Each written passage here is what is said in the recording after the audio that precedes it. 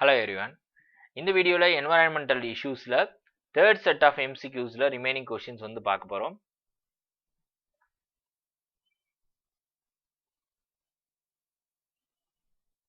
So what are all the questions?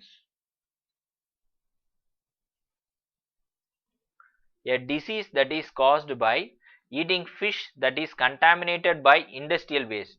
So ஒரு fish வந்து industrial waste மூலமா contaminate ஆயிருக்கு. waste வந்து அது சாப்பிட்டுருக்குன்னு அர்த்தம். அப்ப and that contain industrial wasteல என்ன இருக்குன்னா mercury compounds. So mercury compounds கொண்ட industrial waste fish வந்து சாப்பிட்டுருக்கு. அதன் மூலமா அதை ஈட் பண்ண அந்த ஃபிஷ்ஷை ஈட் பண்றது மூலமா என்ன டைப் ஆஃப் டிசீஸ் நமக்கு வரும்? Here the options are osteosclerosis and next thing Hashimoto oxidase and third one is Bright disease and next one is Minamata disease. So osteosclerosis அப்படின்னா என்னன்னு பார்த்தீங்கன்னா the bone especially in the abdominal region அந்த bone என்ன ஆகும்னா inflammation ஆயிருக்கும். போனோட density ரொம்பவே அதிகமாக இருக்கும். ஸோ அதில் பார்த்தீங்கன்னா இந்த கார்டெக்ஸ் ரீஜன் மெடுலார் ரீஜன் சொல்லுவோம்ல, இந்த கார்டெக்ஸ் ரீஜன் வந்து ரொம்பவே தின்னாக போயிடும். இந்த மாதிரி போனோட அப்டாமினில் இருக்கக்கூடிய அந்த போன்ஸில் வந்து டென்சிட்டிலையும் அதே சமயத்தில் அந்த போனோட முக்கியமான ஒரு விஷயமா இருக்கக்கூடிய கால்சியம் இதில் வந்து ப்ராப்ளத்தை கிரியேட் பண்ணி இந்த மாதிரி ஆஸ்டியோஸ்க்ளரோசிஸை ஏற்படுத்தும். அண்ட் ஹாஷிமோட்டோ ஆக்சிடேஸ் அப்படிங்கிற அந்த ஹாஷிமோட்டோ சிண்ட்ரம் அப்படிங்கிறது எங்கன்னு பார்த்தீங்கன்னா ஒரு ஆட்டோ இம்யூன் டிசார்டர். இந்த ஹாஷிமோட்டோ இதில் இந்த டிசார்டர்னால என்ன ஆகும்னா இம்யூன் செல்ஸ் அதெல்லாம் வந்து சேர்ந்து தைராய்டு கிளாண்டை வந்து அஃபெக்ட் பண்ணிடும். ஸோ அந்த தைராய்டு கிளாண்ட் வந்து அஃபெக்ட் ஆனதுனால ஹைப்போதைராய்டிசம். ஸோ இந்த கிளாண்ட் வந்து டோட்டலாக ஃபங்க்ஷன் ஆகாது. ஸோ தைராக்சின் ஹார்மோன் வந்து ப்ராப்பரான லெவல் வந்து அவங்களுக்கு ப்ரொடியூஸ் பண்ணுறதுக்கு வாய்ப்பு இல்லை. தைராக்சினோட லெவல் வந்து ரொம்பவே கம்மியாக இருக்கும் ஹாஷிமோட்டோனால. பார்த்தீங்கன்னா ஆட்டோ இம்யூன் டிசார்டர். ஓகேவா, இம்யூன் செல்ஸ்லாம் வந்து தைராய்டு கிளாண்டை வந்து வேற ஒரு செல் ஃபாரின்கார செல் அப்படின்னு நினச்சிட்டு அது மேலே ஆக்ட் ஆகி அந்த தைராய்டு கிளாண்டே வந்து டோட்டலாக வந்து அஃபெக்ட் பண்ணிடும், அட்டாக் பண்ணிடும். As a result it cannot able to produce the thyroxine hormone. அதுதான் வந்து Hashimoto auto immune disorder. Next Bright டிசீஸில் பார்த்தீங்கன்னா இந்த கிட்னியில் இருக்கக்கூடிய குளோமெருலை பவுமன்ஸ் கேப்சியூல் அப்படின்னு நம்ம பார்ப்போம்ல, அப்படி இருக்கும் கப்பு மாரி. அதில் உள்ள வந்து பிளட் வெசல்ஸ் இருக்கும், அதை வந்து capillaries blood capillaries that is termed to be glomerulus. So அதுக்கப்புறம் proximal convoluted distal convoluted tubule, அப்புறம் கலெக்டிங் டக்டில் வந்து போய் எம்டிய லூப் ஹென்லிஸ் லூப்லாம் போய் கடைசியில் வந்து கலெக்டிங் டக்டில் போகிறத நம்ம பார்த்துருக்கோம். ஸோ இந்த குளோமெருலையிலையோ அல்லது இந்த நெஃப்ரான் டோட்டலாக அதுலேயும் வந்து என்ன ஆயிருக்குன்னா இது கொஞ்சம் இன்ஃப்ளமேட் ஆகிருக்கும். ஸோ பிரைட் டிசீஸில் அஃபெக்ட் ஆனாங்கன்னா. And next thing you are seeing that Minamata disease which is due to the contamination of mercury. இந்த பயோமேக்னிஃபிகேஷன் ஆஃப் டிடிடி பார்த்த மாதிரி இந்த மெர்க்குரிலையும் இருக்குது. அது ரொம்பவே ஸோ இங்கே பார்த்தீங்கன்னா மெர்க்குரி பயோமேக்னிஃபிகேஷனை பொறுத்த வரைக்கும் எப்படி டிடிடியில் பயோமேக்னிஃபிகேஷன் இருந்துச்சோ அதே மாதிரி தான் இங்கேயும். வாட்டர் பாடியில் மெர்க்குரியை கலந்தாச்சு இண்டஸ்ட்ரியல் வேஸ்ட்டு. இப்போ வாட்டரில் இருக்குது, அதை சாப்பிடக்கூடிய ஆல்கே, இந்த வாட்டரை யூட்டிலைஸ் பண்ணக்கூடிய ஆல்கே, அதுக்கிட்டையும் என்ன இருக்கும் மெர்க்குரி இருக்கும். அந்த ஆல்கேவை சாப்பிட்டு வாழக்கூடிய இன்செக்ட்ஸ். ஸோ அந்த இன்செக்ட்ஸில் இந்த ஆல்கே மாரி நிறைய ஆல்கேவை அது சாப்பிட்டு வாழும் அந்த பர்டிகுலர் லேண்ட் வாட்டர் ஏரியாவில். இப்போ அல்டிமேட்டாக அந்த இன்செக்ட்ஸுக்கும் லேண்ட் ஏரியாவில் அப்போ அந்த இன்செக்ட்ஸுக்கும் என்ன வந்துடும் அப்படின்னு பார்த்தீங்கன்னா மெர்க்குரி கண்டாமினேஷன் வர்றதுக்கு வாய்ப்பு இருக்குது. அந்த இன்செக்டை சாப்பிடக்கூடிய இன்செக்ட் ஈட்டிங் இன்செக்ட்ஸ் அதுக்கிட்டையும் வந்து என்ன ஆகும்னா நிறைய அதை விட இங்கே இருந்ததை விட அதிகமான மெர்க்குரி கான்சன்ட்ரேஷன் இங்கே வர்றதுக்கு வாய்ப்பு இருக்குது. இப்போ இந்த இன்செக்டை ஸ்மால் ஃபிஷ்ஷஸ் வந்து சாப்பிடுதுன்னு வச்சுங்க, அப்போ அதுக்கு இந்த இன்செக்டில் இருக்கக்கூடிய அந்த மெர்க்குரி கண்டாமினேஷனை விட அதிகமாகும். அதே மாதிரி அதை ஈட் பண்ணக்கூடிய சின்ன ஃபிஷ்ஷை ஈட் பண்ணக்கூடிய பெரிய ஃபிஷ் அதுக்கும் என்னன்னா இந்த சின்ன ஃபிஷ்ல எவ்வளோ இருந்துச்சோ மெர்க்குரி லெவல் அதை விட என்னவா இருக்கும், கூடவா இருக்கும். So our humans are capturing those fishes. அதை சமைச்சு ஹியூமன் சாப்பிடும் போது அவன் உடம்புல மெர்க்குரி லெவல் ரொம்பவே அதிகமாயிரும்.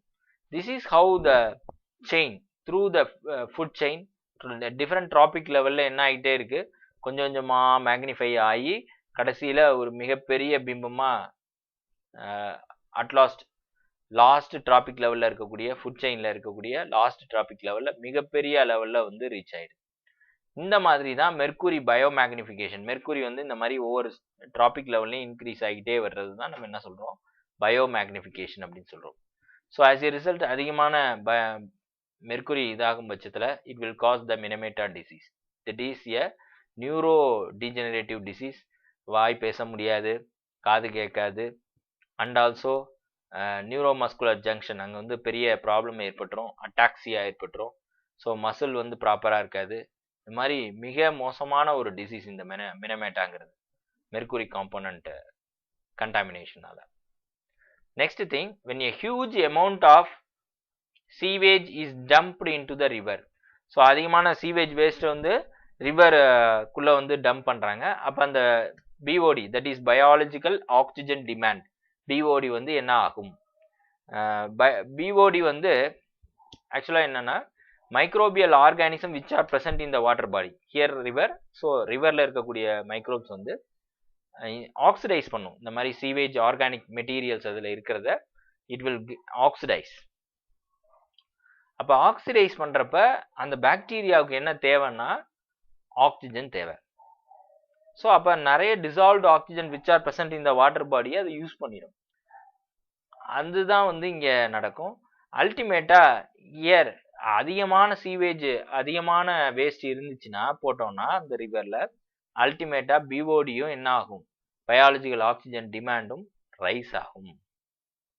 So increase. So more and more waste, more and more BOD will rise, biological oxygen demand. Next question, eutrophication is seen in, simple இது eutrophication அப்படிங்கிறது ageing of natural lakh. அதோட ஏஜிங் வந்து death வந்துடும் கடைசியில். So அக்லரேட்டடுங்கிறது humans வந்து இந்த மாதிரி industrial வேஸ்ட்டை வந்து கொட்டுறது மூலமாக வேகப்படுத்துறது. இப்போ இந்த eutrophication is seen in dash, saline oil, agricultural land, lake, mountain, where water body, that is lake. Water body எதுன்னு பார்த்தா லேக் தான் வாட்டர் பாடி இதில். ஸோ லேக்கில் தான் என்ன நடக்கும்னா யூட்ரோஃபிகேஷன் நடக்கும். அங்கே ஆல்கல் ப்ளூம்ஸ் வந்து ப்ரொடியூஸ் ஆகும். அதன் மூலமாக ஆக்சிஜனை வந்து அது யூஸ் பண்ண ஆரம்பிச்சிடும். நைட்ரேட் அண்ட் பாஸ்பேட் கொண்ட ஆர்கானிக் மெட்டீரியல்ஸ் இருந்துச்சுன்னா சூப்பராக வளரும் அந்த ஆல்கல் ப்ளூம்.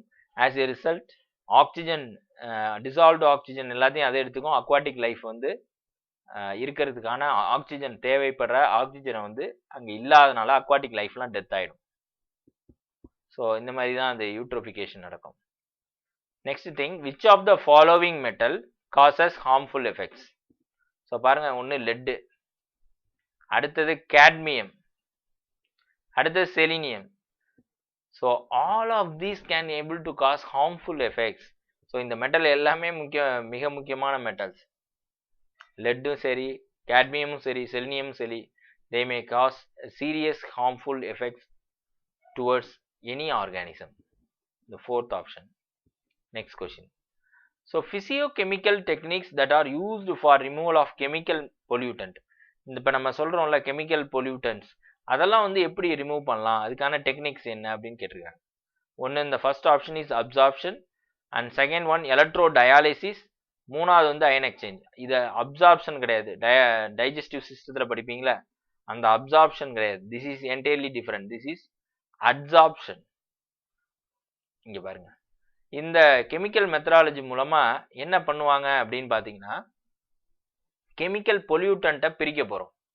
அப்ப அப்சார்ப்ஷன்ல என்ன நடக்கும்னா, ஒரு ஆக்டிவேட்டட் சார்கோல் இருக்கு அப்படின்னா அது வந்து நிறைய கேஸ் மாலிகூல்ஸ் அதெல்லாம் இருக்கு இல்லையா, விச் ஆர் த பொல்யூட்டன்ட், அதெல்லாம் வந்து இது get attracted towards it's solid surface. Here you can see absorption is nothing but adhesion of atoms, ions or molecules from a gas and liquid or dissolved solid towards a surface. So ஒரு சர்ஃபேஸில் நேராக போய் என்ன ஆயிருக்கு, absorb ஆகிருக்கு பாருங்க, find ஆயிடும். கேஸோ லிக்விடோ அந்த மாலிகுல் வந்து இதை சுற்றி வந்து இந்த பர்டிகுலர் சர்ஃபேஸை சுற்றி என்ன ஆயிரும், பைண்ட் ஆகிடும். இந்த மாதிரி ஒரு அப்சார்ப்ஷன், இதை தான் நம்ம அப்சார்ப்ஷன் சொல்கிறது. This will create a film of absorbate on the surface of the absorbent. The absorbent சுத்தி surfaceல எல்லா moleculesம் gas molecules, liquid molecules which are all the pollutants அது எல்லாம் வந்து என்ன ஆயிடும் bind ஆயிடும்.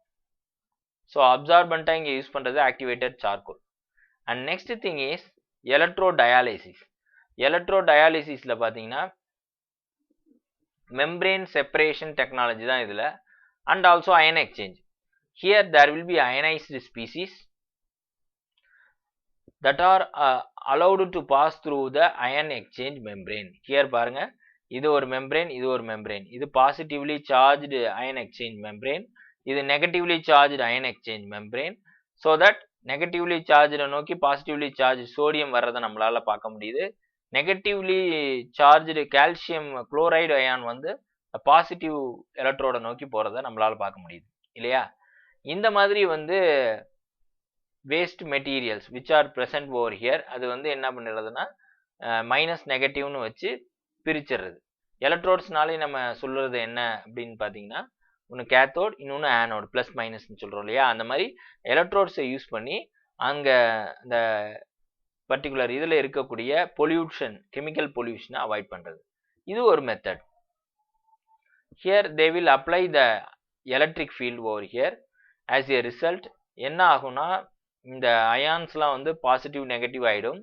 And also here there is two electrodes, anode and cathode. அப்போ negatively charge கேத்தோட நோக்கி பாசிட்டிவ்லி சார்ஜ் அயான்ஸ்லாம் போகும்.